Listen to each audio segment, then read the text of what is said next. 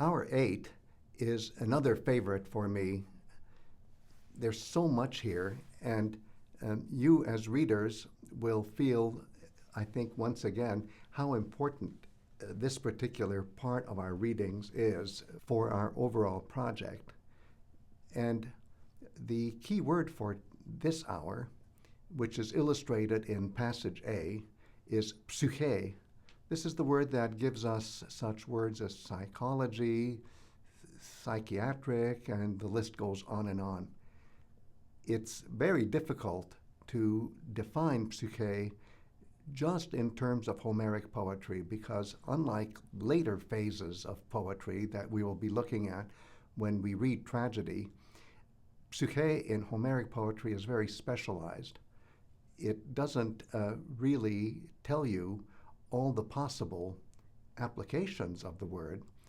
The word is used in very, very restricted ways. One way is to designate the disembodied conveyor of identity after death, and the other way is to express the idea of life as you live it. So Patroklos, in the images that we saw in Hour 7, is portrayed, is painted as a disembodied conveyor of identity after death. He is a thumb-sized version of his former self, and technically, he doesn't even have consciousness. Whereas when Achilles in Iliad IX talks about what's most important to him, clearly way up there is his life. And he doesn't die easy. He says, I have only one life to live, and I love my life. I don't want to lose it. And the word that's used for what this thing is that Achilles loves so much, his own life, is Psūkhē. So I've just illustrated for you that Psūkhē can mean, one, disembodied conveyor of identity after death, or the life of a hero when the hero is still alive. And the wonder of it all is that the illustration that you see, the picture that you see in image A1 in Hour 7, is actually labeled Psūkhē. So when you look at the thumb-sized version of Patroklos, his image after death, hovering over his sēma, which will also become the sēma of Achilles, and by sēma, again, we mean here tomb. When you see that picture of Patroklos, he's actually labeled with the following letters. And the first letter is PH. In the original Greek, that's one letter. The second letter is S. The third letter is U. The fourth letter is KH. Again, in the original Greek, that's one letter. And the fifth letter is E. Put them all together, Psūkhē, the earliest attested picture of a Psūkhē. And if art historians are right, we can date it to around 510 or maybe 520 BCE. That's a marvel for me, a picture of a psyche. There, I said it, I finally pronounced the ancient Greek word in the modern way, which of course is filtered through the thinking of people like Carl Jung and many, many others, and is getting pretty far away from the meaning of the original Greek. But why can't I indulge myself and say, look, we have a picture of a psyche. That's pretty good. And that's one of the best things, I think, in your reading experience when you go through Hour 8. But there's so many other things. This concept of a Psūkhē brings us right back to the word sēma, which, as we saw in Hour 7, means not just sign, signal, symbol, but also tomb of a hero, tomb of an ancestor. And in the case of most of the pictures that we saw in Hour 7, the tomb is the tomb of Achilles, which will be already occupied by Patroklos before Patroklos's body double, and vice versa, Achilles also occupies it. Now, when Patroklos's Psūkhē actually appears to Achilles in a dream, which is our first passage, passage A in Hour 8, Achilles is astounded because in folkloristic terms, you would expect the disembodied conveyor of identity after death to be a miniature-sized version of the real self. But for whatever reason, in this Homeric passage, Patroklos is life-size. So it's a very special treatment of ghosts, we would call them. I prefer not to say ghosts because then we're reading into the text. But all right, conveyor of identity. And Achilles is very surprised because obviously the afterlife of Patroklos is treated in a very special way in this Homeric passage. And in a sense, the main character experiencing this special treatment is himself surprised, just as some members of an audience, if they hear this version of the Patroklos story, would also be surprised because they're expecting to visualize a miniature image of Patroklos, not a life-size image. Anyway, what's made very clear when this Psūkhē talks to Achilles, and he seems to be conscious, so he can't quite be described really as a disembodied conveyor of identity because he has some kind of consciousness. That again shows you the specialization of the Homeric treatment.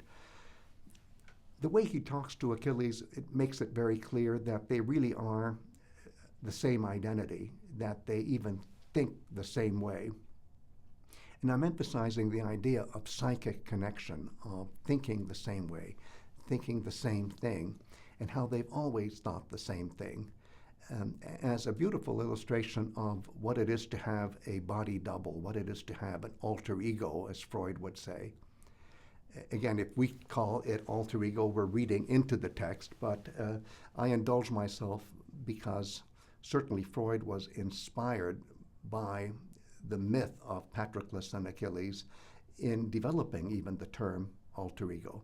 But nevertheless, however we talk about it, it is remarkable that Patroklos and Achilles actually think alike, or better, think the same. And then when you go to text B, as I give it to you, you can see that we're right back to the meaning of sēma as tomb of a hero, because if you look at things from the Trojan point of view, when Hector is trying to figure out what the right thing is to do, he actually consults the proto-cult hero of Troy.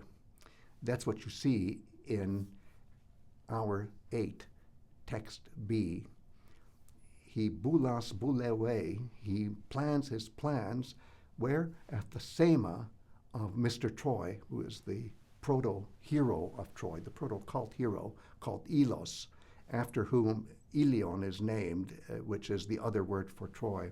What an amazing set of parallels between Achilles and Patroklos that is brought out by how everybody else treats the concept of sēma, even Trojans, as we just saw in the case of text B. But I want to go further. This is also a way for us to explore how the relationship of Achilles and Patroklos, the fact that Patroklos not only dies for Achilles, but prefigures some of the things that will happen to Achilles in a stage of narrative that goes beyond our Iliad. When you look at this relationship and these parallels, you realize that, in a sense, what is going on with the funeral games in honor of Patroklos, what is going on with even the burial of Patroklos, is a prefiguring of what will happen to Achilles as a cult hero in the region of Troy, as far as future generations who will be listening to the epic are concerned. And what a appropriate way for us to bring our reading of the Iliad to a close, because after hour 8, we have to start thinking about that other epic that is almost like a bookend, or I have a better metaphor, the other side of the coin for Homeric poetry, which is the Odyssey.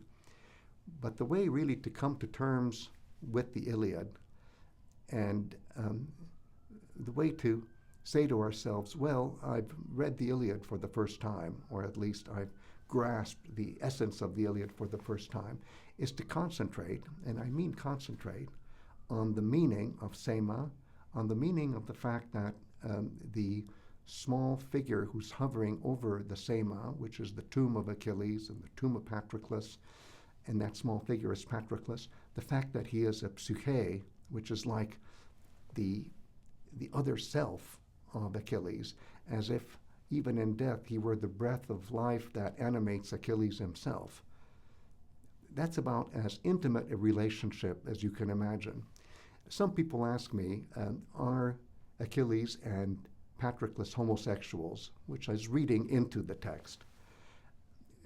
I'd say, well, first of all, wouldn't it be better to use a word like homoerotic, because sometimes there are expressions of erotic feelings towards members of the same gender, and that can also develop into what you and I would call homosexual or gay relationships. But we're really missing the point if we're pursuing that angle in the relationship of Achilles and Patroklos, because another way to say it is that their relationship is even more intimate than anything that sexuality can possibly achieve, because they are other selves of each other.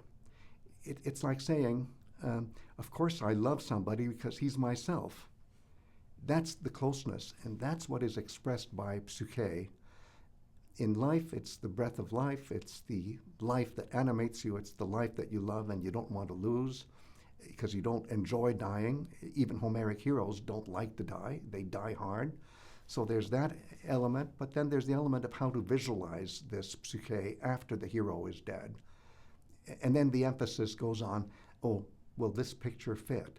Will it be a miniature size or will it be life size? There are many, many variations, but the essential truth here, the core value of the relationship of Achilles and Patroklos is how the hero in his own life or her own life can relate to the identity that is achieved after the death of the hero, after the hero is being worshipped, and how the medium of epic can be reconciled with the media, and it's a multimedia thing, of how to worship a hero after the hero is dead, because that's the basic fact about ancient Greek heroes. It's a historical fact that they were worshipped, but hero has to die before the hero is worshipped.